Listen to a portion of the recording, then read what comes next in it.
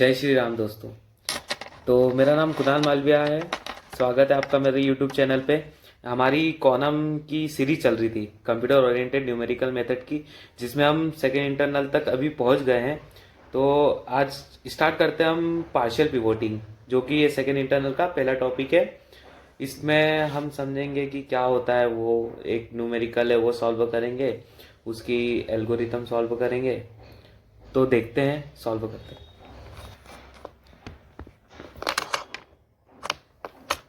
Hair we go. तो हम आ चुके हैं हमारी कंप्यूटर स्क्रीन पे। ये हमारा सेकेंड इंटरनल का पहला टॉपिक रहेगा, जो कि है पार्शियल पिवोटिंग। जैसा मैंने आपको पहले बताया था कि हमारी कंप्यूटर ओरिएंटेड की सीरीज चल रही है, जिसमें सेकेंड इंटरनल तक हम पहुंच गए हैं। तो मैं स्टार्ट करता हूँ पार्शियल पिवोटिंग। तो पार्शियल पिवोटिंग एक न्यूमेरिकल टेक्निक है जो मैट्रिक्स को रो में अरेंज करके न्यूमेरिकल स्टेबिलिटी को कम करने के लिए यूज होती है ना। जैसे हम एक एग्जांपल ले सकते हैं। जब एग्जांपल क्या, मैं आपको बताता हूँ कि जब हम एक लार्ज सिस्टम ऑफ इक्वेशन को सॉल्व कर रहे होते हैं, तो मैट्रिक्स ऑपरेशन से सॉल्व कर रहे होते हैं, तो अब बहुत सारी सराउंडिंग एरर्स या फिर अपन बोल सकते हैं न्यूमेरिकल इनस्टेबिलिटी आती है।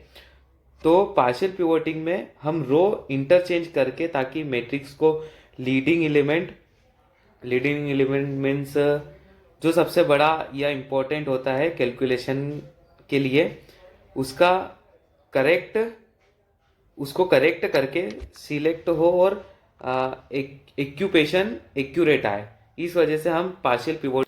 सो गाइज, ये हमारा एक क्वेश्चन है। तो ये क्वेश्चन दिया है, इसको हम पार्शियल पिवोटिंग की मेथड से सॉल्व करेंगे। तो इसको पहले मैं मैट्रिक्स के फॉर्म में लिख लेता हूँ। तो ये होगी 434.8 934.7। तो जैसे ये बड़ी वैल्यू है, तो इसको हम स्वैप करके ऊपर करते हैं, तो R3 R1। तो ये हो जाएगी 941331441 7 8 और क्या 3। ये हो गई। अब इसमें हमने अपने को ये दो को जीरो बनाना है। ये जीरो बनाने के लिए हम रो 2 के लिए रो 3 का इस्तेमाल कर लेंगे, और इसके लिए 1 का इस्तेमाल कर लेंगे। तो ऑपरेशन लगाते हैं R2। तो इसको जीरो बनाने के लिए हमको R2 में से माइनस करना पड़ेगा 4R1। इसमें जैसे 4 का मल्टीप्लाई कर देंगे, सॉरी R3 में, इसमें हम 4 का मल्टीप्लाई कर देंगे, तो 4 - 4 जीरो हो जाएगा। तो ऐसे बाकी सब भी हमको सॉल्व कर लेंगे।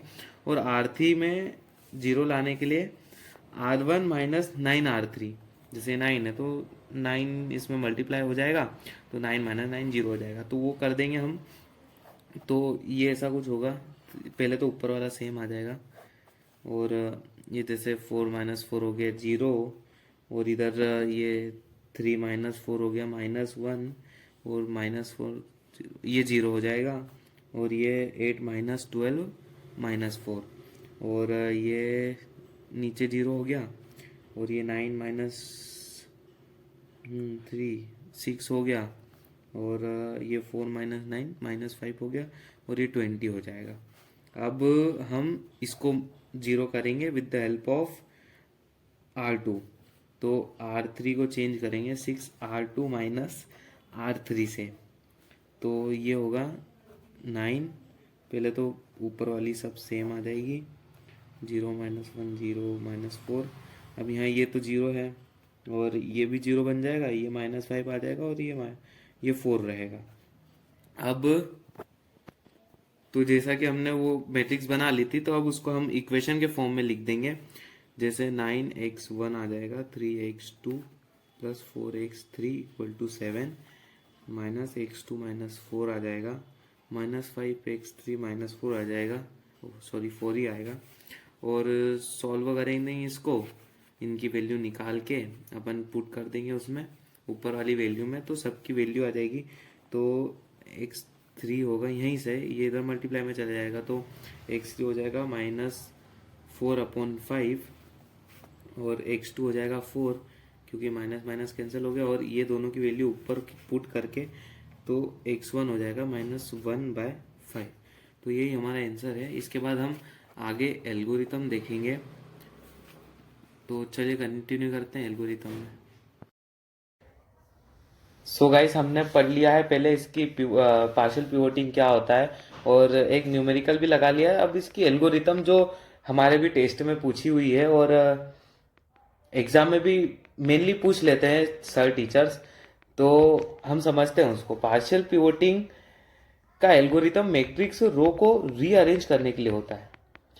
इसमें रीअरेंज करते हैं हम मैट्रिक्स को, ताकि लीडिंग एलिमेंट को सिलेक्ट करने में मदद मिले और न्यूमेरिकल स्टेबिलिटी इम्प्रूव हो, है ना। इम्प्रूव करने के लिए हम करते हैं इसका यूज। तो इसकी हम पहली स्टेप देखेंगे। तो पहले क्या, पहले इटरेशन में हम करेंट कॉलम के नीचे से बाकी रोज में मैक्सिमम एलिमेंट को ढूंढते हैं, कि जैसे नीचे ज़्यादा बड़ा तो नहीं है तो उसको स्वैप कर देते हैं। उसको स्वैप करने से तो ऐसा होता है कि उसको सॉल्व करने में थोड़ी मदद आती है बस।